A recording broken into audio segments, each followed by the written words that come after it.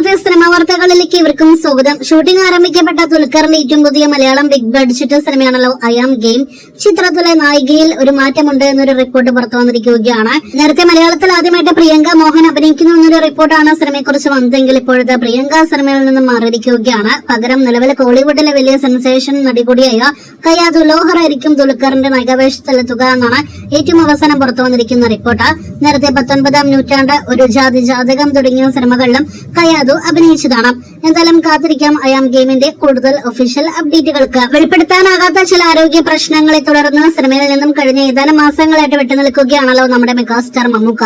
ഇപ്പോഴത്തെ തിരിച്ചു വരാനായിട്ടിറങ്ങുമ്പോൾ വെറുതെ തിരിച്ചു വരാനായിട്ടല്ല മെഗാസ്റ്റാർ ഒരുങ്ങുന്നത് എന്നും കൈനിറയെ ഒന്നല്ല രണ്ടല്ല 3 കൊമേഴ്ഷ്യൽ ആക്ഷൻ സിനിമകളുമായിട്ട് മെഗാസ്റ്റാർ തിരിച്ചു വരാനായിട്ട് ഒരുങ്ങുകയാണ് എന്നൊരു റിപ്പോർട്ട് വന്നിരിക്കുകയാണ്. അതിലൊന്ന് നിങ്ങൾക്കെല്ലാം തന്നെ അറിവുള്ളത് പോലെ നിതീഷ് സഹദേവ് സംവിധാനം ചെയ്യുന്ന മമ്മൂട്ടി ചിത്രമാണ്. യഥാർത്ഥത്തിൽ ഈ മെയ് മാസം സിനിമയുടെ ഷൂട്ടിംഗ് ആരംഭിക്കേണ്ടിരുന്നതായിരുന്നു. നിലവിൽ സിനിമയുടെ ഷൂട്ട് ഈ വർഷം അവസാനത്തിലേക്കാണ് നീട്ടിയിരിക്കുന്നത്. നിതീഷ് സഹദേവിന്റെ മമ്മൂട്ടി നായകനെ എത്തുന്ന വൻ കൊമേഴ്ഷ്യൽ സിനിമയോടൊപ്പം തന്നെ ടീനു ബച്ചൻ സംവിധാനം ചെയ്യുന്ന ഒരു ആക്ഷൻ മമ്മൂട്ടി സിനിമ, ഇതുകൂടാതെ ഖാലിദ് റഹ്മാൻ സംവിധാനം ചെയ്യുന്ന മമ്മൂട്ടി നായകനെ എത്തുന്ന മമ്മൂട്ടിയുടെ ഉണ്ടയ്ക്ക് ശേഷമുള്ള ഖാലിദ് മമ്മൂട്ടി സിനിമ എന്നിവയാണ് നിലവിൽ മമ്മൂട്ടിയുടെ വൻ ആക്ഷൻ സിനിമകളായിട്ട് വരാനായിട്ട് ഒരുങ്ങുന്നത്. അപ്പോൾ ഈ 3 സിനിമകളുടെ ലൈനപ്പ് കൊണ്ട് തന്നെ മെഗാസ്റ്റാർ ഞെട്ടിച്ചിരിക്കുകയാണ് നമ്മുടെ ജനങ്ങളെ. എന്തായാലും കാത്തിരിക്കാം സിനിമകളുടെ ഒഫീഷ്യൽ പ്രഖ്യാപനത്തിനായിട്ട്, ഷൂട്ടിങ്ങിനായിട്ട്, റിലീസിനായിട്ട്.